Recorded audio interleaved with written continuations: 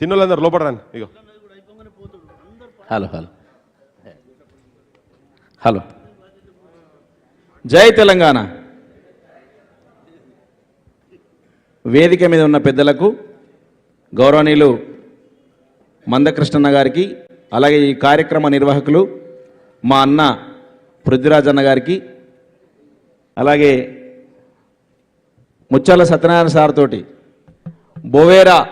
బోవేరా అనే పేరుతో వాళ్ళ నాన్నగారి గురించి మేము చాలా విన్నాం. ఆ వినుకుంటూ పెరుగుతున్నటువంటి క్రమంలో ముచ్చాల సత్యనారాయణ సార్ తోటి మాకు కలిసి వీళ్ళందరితోటి కలిసే అదృష్టం దక్కింది. బోయినపల్లి హనుమంతరావు సార్కి హృదయపూర్వకంగా ధన్యవాదాలు తెలియజేస్తా ఉన్నా. సోదరులారా, విమలక్క కానీ, కపల ప్రసాద్ అన్న కానీ, ఇంకా వేదిక మీద ఉన్నటువంటి పెద్దలందరూ కూడా, గద్దరన్న కొడుకు కానీ, అందరం కూడా ఇలా ఈ కార్యక్రమం ద్వారా ఒక అంశాన్ని మనం తెలుసుకొని పోవాలి. అదేంటంటే చాలామంది పాఠాలు చెప్తారు తప్ప పాటించరు. పాఠాలు చెప్పుతూ పాటించిన వాడే ముచ్చర్ల సత్యనారాయణ సార్ అని చెప్పేసి నేను తెలియజేస్తా ఉన్నాను. నేను సార్ అని పిలిచేది. అసలు పృథ్వన్న వాళ్ళ ఇల్లు అది ఇల్లు మాత్రమే కాదు, తెలంగాణ ఉద్యమానికి ఒక ప్రయోగశాలగా పనిచేసిందని చెప్పేసి నేను గుర్తు చేస్తా ఉన్నా. ఎందుకంటే వందలాది మందిని కదిలించడంలో నేను కానీ, మా అంజన్న కానీ, మాతో పాటు కదిలినటువంటి చాలామంది విద్యార్థులందరం కూడా ఒక ప్రయోగశాల లెక్క పృథ్వన్న వాళ్ళ ఇంట్లో గంటల తరబడి రాత్రుల్లో కూడా, రాత్రి 1-2 అయినా కూడా మాకు సమయమే తెలియకపోతుండే. ఆ ఇల్లు మాత్రమే కాదు, తెలంగాణ ఉద్యమానికి ఒక ప్రయోగశాల లెక్క పనిచేసిందని చెప్పేసి నేను గుర్తు చేస్తా ఉన్నా. సోదరులారా, సారు ఎన్నో పాటలు రాసిండు. నేను మీ లెక్క చదువుకునేటప్పుడు మీలాంటి అవకాశాలు నాకు లేకుంటుండే. ఒకటే ధోతి, ఒకటే అంగి ఉంటుండే, దాన్నే ఉతుక్కొని రాత్రి ఆరేసుకొని మళ్ళీ పొద్దున కాగానే అవి వేసుకొని పోయి ఉద్యమంలో తిరిగేదని చెప్పి చెప్తుండే. మీ లెక్క మాకు అవకాశాలు లేకుంటుండే బిడ్డ అని చెప్పి చెప్తుండే. ఏది చెప్తాడో గదే పాటిస్తాడు. అందుకనే మేము పాటల సీడీ తయారు చేసేటప్పుడు ఒక 6-7 పాటలు కలిపి ఒక సీడీ తయారు చేస్తున్నాము. చేసేటప్పుడు ముందు మాటను సార్ తోటి మాట్లాడించేది ఉండే కానీ సారు మాట్లాడకుండా నాకంటే అద్భుతంగా మాట్లాడగలిగే ఒక మిత్రుడు ఉన్నాడు, నా మిత్రుడు కోడేల సాంబాయి ఉన్నాడు, ఆయనతో మాట్లాడించమని చెప్పినటువంటి గొప్ప వ్యక్తి ముచ్చర్ల సత్యనారాయణ చెప్పేసి సార్ అని చెప్పేసి గుర్తు చేస్తా ఉన్నా. తన స్నేహానికి ఎంత ప్రేమగా, తన స్నేహానికి ఎంత అవకాశం, అంటే ఎంత మద్దతు పలికేటోడో, స్నేహానికి ఎంత అండగా నిలబడేటోడో అని చెప్పేసి, ఎంత గౌరవం ఇచ్చేవాడో అని చెప్పేసి అక్కడ అర్థమవుతుంది. మేము నిన్న ప్రయాణం చేస్తున్నప్పుడు పృథ్వీనాథుడు మాట్లాడుతుంటే చాలా బాధ అవుతుండే. అసలు ఆ పెద్ద మనిషిని మనం కళ్ళ ముందర పెట్టుకొని, ఒక చరిత్రను ముందర పెట్టుకొని ఎక్కడెక్కడో తిరిగినాం కదా మనం అందరం కూడా. ఆ చరిత్రను మనం రికార్డ్ చేసి ఉంటే అదొక మహా విప్లవం లాగా మనమే ఆ సిద్ధాంతాన్ని ఈ గ్రామాన తెలంగాణ ప్రజలకు వ్యాపింపజేస్తే ఒక ప్రజా ఉద్యమం లాగా మలిగేది కదా అని చెప్పేసి బాధపడుతున్న వాళ్ళం. చాలా అంశాలు. అసలు పీడీ యాక్టులో ముచ్చర్ల సత్యనారాయణ సారు జైలుకి వెళ్ళి ఉండన్న విషయం ఎంతమందికి తెలుసు? మనందరికీ మనకు తెలియదు ఆ విషయం. జయశంకర్ సారు తెలంగాణ సిద్ధాంతకర్త అని చెప్పుకుంటున్నాం కదా. జయశంకర్ సారు బతుకున్న కాలంలో, ఆయన విద్యార్థిగా ఉన్న టైంలో ముచ్చర్ల సత్యనారాయణ సారు శ్రీకృష్ణుడి వేషం వేస్తే స్త్రీ పాత్రలో వేషం వేసినటువంటి జయశంకర్ సార్ అని చెప్పేసి ఎంతమందికి తెలుసు? తెలంగాణ ఉద్యమాన్ని నికార్సుగా 52లో ఇడ్లీ సాంబారు గోబ్యాక్ నుంచే మొదలుపెట్టినని చెప్పేసి ఎంతమందికి తెలుసు? ఈ చరిత్రను మనం చెప్పుకుంటే తప్ప తెలియని చరిత్ర. ఒక వీరులారా వందనం అనే పాట రాసే అదృష్టం నాకు దక్కినందుకు గర్వపడుతున్నా. అది నేను ఉట్టుటిగానే రాయలే. తొలితర ఉద్యమకారుడైనటువంటి ముచ్చర్ల సత్యనారాయణ సార్ తోటి నాకున్నటువంటి సావాసము, వారి ఉద్యమ ప్రభావము నా మీద పడ్డది కాబట్టే రాయగలిగినని చెప్పేసి నేను గుర్తు చేస్తా ఉన్నా. సోదరులారా, ఎన్ని పాటలు రాసుకున్నాం. ఆయన నుంచి నేర్చుకున్నది ఒక్కటే, మనం ఏం మాట్లాడతామో అట్టనే జీవించాలని చెప్పి చెప్తాడు ఆయన. అది సక్సెస్ అవుతామా, ఫెయిల్ అవుతామా, ఏదో లేకుంటే గొప్ప గొప్ప అవకాశాలు వస్తాయా, రాజకీయ పదవులు వస్తాయా, రావా తర్వాత విషయం. కానీ ఏది మాట్లాడుతున్నామో దానికి కట్టుబడి నిలబడాలి. గది మాత్రం నేర్పిండు ముచ్చర్ల సత్యనారాయణ సార్ అని చెప్పేసి నేను గుర్తు చేస్తా ఉన్నా. చాలా రోజులు ఆయన ఇంట్లోనన్నా ఉంటుండే కానీ ఆయన మాటకు కట్టుబడి ఉండకపోతే వాడు ఎంత పెద్ద సమావేశం అన్న పెట్టని, వాడు రెడ్ కార్పెట్లు వరవని ఆయన పోకపోతుండే.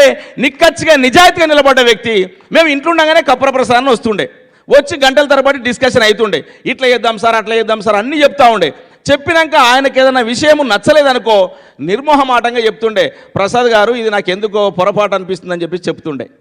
అంత నిర్ద్వందంగా ముక్కుసూటిగా చెప్పే తనము ముచ్చర్ల సత్యనారాయణ గారు అని చెప్పేసి నేను గుర్తు చేస్తూ, కేవలం ఇల్లు అంటే హైదరాబాద్లో రామ్నగర్లో ఉన్న గరుండా అపార్ట్మెంట్లో ఉన్నటువంటి ఒక ఫ్లాట్ మాత్రమే కాదు, ముచ్చర్లను కూడా ఒక ప్రయోగశాల చేసి ఇలా ముచ్చర్లో కూడా మేము తిరగని ఆ ఇల్లు లేదంటే నేను గర్వకారణంగా చెప్తా ఉన్నా. ముచ్చర్లో మేము తిరగని ఇల్లు లేదు.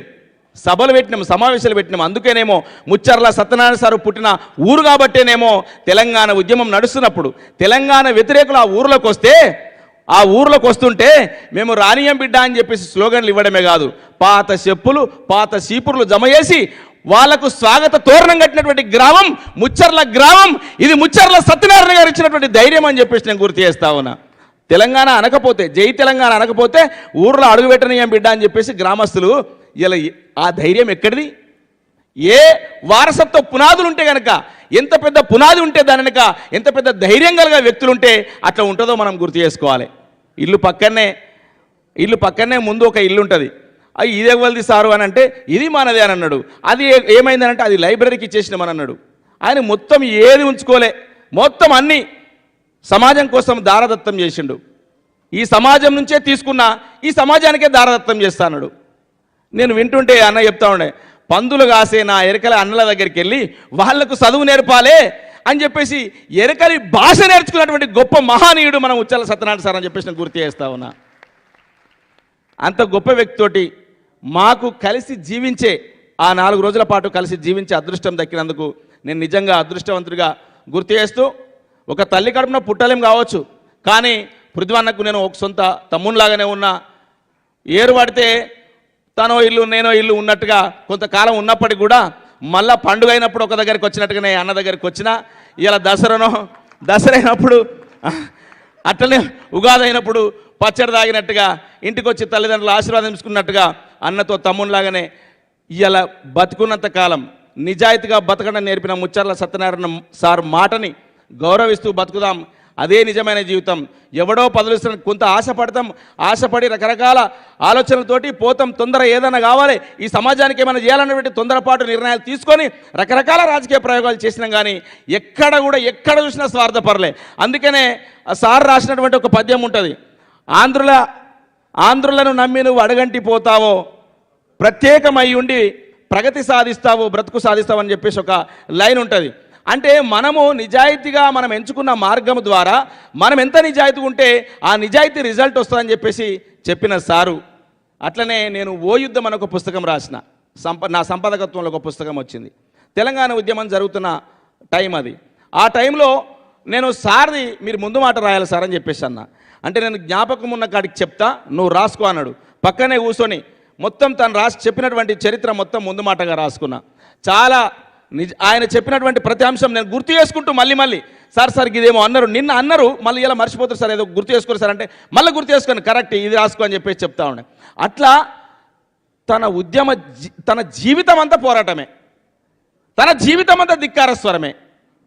అందుకనే జై తెలంగాణ పత్రిక ఉన్నప్పుడు వారు టీఆర్ఎస్ పార్టీ ఆవిర్భావం తర్వాత ఆ జై తెలంగాణ పత్రిక పేరు సారు పేరు మీద ఉంటే వాళ్ళు దొంగ చెక్ బుక్కులు కొట్టించి ఆ పార్టీ పేరు మీద చందాలు వసూలు చేస్తారని చెప్పేసి, గింత దొంగతనం ఉంటుందా, నేనెందుకుంటున్నా మీతో అని చెప్పేసి మీరు స్వార్థపరులు, మీ స్వార్థంతో నేను కలిసి సావాసం చేయాలని చెప్పేసి వచ్చి మా అందరికీ తెలంగాణ ఉద్యమ పాఠాలు నేర్పుకుంటూ ఉన్నాడు తప్ప ఇలా స్వార్థపూరిత రాజకీయాలు చేయలేని మహనీయుడు ముచ్చర్ల సత్యనారాయణ సార్ అని చెప్పేసి గుర్తు చేస్తూ, ఇంకా ఎన్ని చెప్పినా ఒడవది. ఎందుకంటే చాలా విషయాలు ఆ జీవితంతో ప్రత్యక్షంగా అనుబంధం ఉంది. అందుకే ఆయన ప్రభావం ఉందో ఏమో, ఎవడన్నా మాట అంటే పడబుద్ధి కాదు. మాకు కూడా ఆయన ప్రభావం ఉందేమో, ఎవడు మాట అన్నా కూడా పడబుద్ధి కాదు, అక్కడ ఒక్క నిమిషం ఉండబుద్ధి కాదు. ఇది మా జీవితంలో ఆయన ప్రభావం ఉన్నందుకు కూడా గర్వపడతా ఉన్నాం. నిజమైన జీవితం, నికార్సైన జీవితం జీవిస్తున్నందుకు ప్రధానంగా తండ్రి తల్లిదండ్రులను వాళ్ళ గొప్పతనాన్ని ఈ సమాజానికి పరిచయం చేయడంలో నాకు తెలిసి నాకు పరిచయం ఉన్న వ్యక్తులల్లా మొట్టమొదటి వరుసలో నిలబడే వ్యక్తి మా పృథ్వీరాజ్ అన్న అని చెప్పేసి నేను గుర్తు చేస్తాను సోదరులారా. తండ్రి వారసత్వాన్ని పుణికిపుచ్చుకొని అదే నిజాయితీగా రాజకీయ పదవులు ఒక లెక్కన కావాలంటే ఏదో పదవులు వస్తాయి, కానీ ఇచ్చిన మాట ప్రకారం ఆ మాట మీద నిలబడే తత్వం ఉన్న దగ్గరనే ఉంటా. లేకుంటే ముందొక మాట వెనుకొక మాట మాట్లాడితే వాడు ఎవడైతే నాకేందే, వాడి పదవులకు నాకు లెక్క నాకు గడ్డిపోస్తో సమానం అని చెప్పేసి మా పృథ్వన్న కూడా వాళ్ళ నాన్నలాగే మా ముచ్చర్ల సత్యనారాయణ సార్ లాగే నిలబడ్డాడు నిజాయితీగా. అది కొద్దిగా ఆలస్యం అవుతుండొచ్చు, కానీ పదవులు రావడం కొంత ఆలస్యం అవుతుండొచ్చు, కానీ ఆ పదవి వచ్చిన తర్వాత ఈ ప్రజలకు పంచుతుండే ఆనందమే వేరుంటుంది. మా పృథ్వన్నను కూడా భవిష్యత్తులో తప్పకుండా ముచ్చర్ల సత్యనారాయణ సార్ ఏదైతే మంత్రిగా ఉండేనో అదే స్థాయిలో మా పృథ్వన్నను కూడా చూసుకుంటామని చెప్పేసి మంద బలగము నీ ఎంట ఉన్నదన్న, మంద బలగము మీ ఎంట ఉన్నది, ఇంతమంది మీ ఎంట ఉన్నాం, నీ తమ్ముళ్ళం ఉన్నాం, బరాబరి అసెంబ్లీలో అడుగు పెట్టుడే అన్న. భవిష్యత్తులో ముచ్చర్ల సత్యనారాయణ సారు చేసిన స్థాయిలో ఆ పాత్ర పోషించాలి. ఆయన ఈ సమాజం కోసం కన్న కలలు ఏవైతే ఉండనో పృథ్వీరాజన్న వాటిని నెరవేర్చాలని చెప్పేసి తెలియజేసుకుంటూ ఇంత గొప్ప అవకాశం ఇచ్చిన అందరికీ హృదయపూర్వకంగా ధన్యవాదాలు తెలియజేసుకుంటూ సెలవు తీసుకుంటాను. Thank you.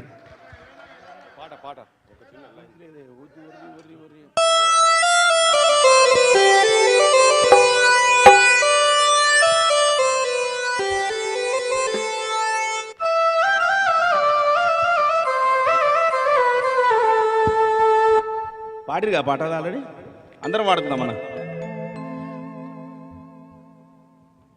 మల్లె పువ్వుల్లారా మట్టి వాసనలారా సేను సెలుకల్లారా గోరు వంకల్లారా మీరన్నా చూసిండ్రా బాలకిశోరాల వీరులారా వందను విద్యార్థి అమరులారా వందను పాదాలకు వీరులారా వందను విద్యార్థి అమరులారా వందను పాదాలకు మజగధనులారా మరచిపోము మేము మజగధనులారా మరచిపోము మేము మజగధనులారా మరచిపోము మేము మజగధనులారా మరచిపోము మేము గుండెల్లో గుడి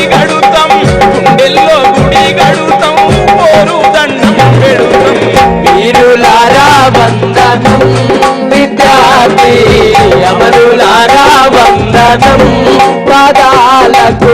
ఉస్మానియా యూనివర్సిటీలో వేణుగోపాల్ రెడ్డి చనిపోయాడు. వేణుగోపాల్ రెడ్డి చనిపోయినప్పుడు దినకర్మ పెట్టాలని చెప్పేసి నిర్ణయం తీసుకున్నాము. ఆ దినకర్మ పెద్ద ఎత్తున సభ పెట్టాలనుకున్నాము. ఆ సభ కోసము ప్రణాళిక రచించడానికి మన పృథ్వన్నల ఇంట్లోనే కూర్చొని ప్రణాళిక రచించడానికి కూర్చున్నాము. రాత్రి పడుకున్నాము. తెల్లారి పోలీసులు వచ్చిర్రు. అరే ఏం రచనలు చేస్తుర్రా మీరు అని చెప్పేసి వచ్చిర్రు. నన్ను పట్టుకపోయింది మా పృథ్వన్నల ఇంట్లోకెళ్ళే పట్టుకపోయి చెంచల్గూడ జైల్లో నిర్బంధించారు తెలంగాణ ఉద్యమంలో. అది ప్రయోగశాల అంటే ఉట్టిగానే చెప్పట్లేదు, నిజమైన ప్రయోగశాల. తెలంగాణ ఉద్యమాన్ని దిశను మార్చిన ప్రయోగశాల. కేసీఆర్ నిమ్మరసం దాగినప్పుడు నిమ్మరసం కాదు మా నెత్తురు దాగమని శవయాత్ర చేసినటువంటి ఆ లక్ష్యాన్ని చేరుకోవడంలో విద్యార్థుల్ని ముందు వరుసలో ఉంచడంలో కీలక భూమిక పోషించిన బిడ్డలం మా పృథ్వన్నము, మేము మా తమ్ముళ్ళం అని చెప్పేసి నేను గుర్తు చేస్తూ మల్లె పువ్వుల్లారా మట్టి వాసనలారా మల్లె పువ్వుల్లారా మట్టి వాసనలారా సేను సెలుకల్లారా గోరు వంకల్లారా సేను సెలుకల్లారా గోరు వంకల్లారా మీరన్నా చూసిందా బాలకిశోరాల వీరులారా వందనం విద్యార్థి అమరులారా వందనం పాదాలకు. పొద్దు పొడుపుల్లో మీరు చూసుకుంటాం పొద్దు పొడుపుల్లో మీరు చూసుకుంటాం. దాంట్లో ఒక చరణంలా కాలేజీలో మండే నిప్పు కనికలు మీరు విద్యార్థి సంఘాల వీర యోధులు మీరు అని ఒక చరణం వస్తుంది.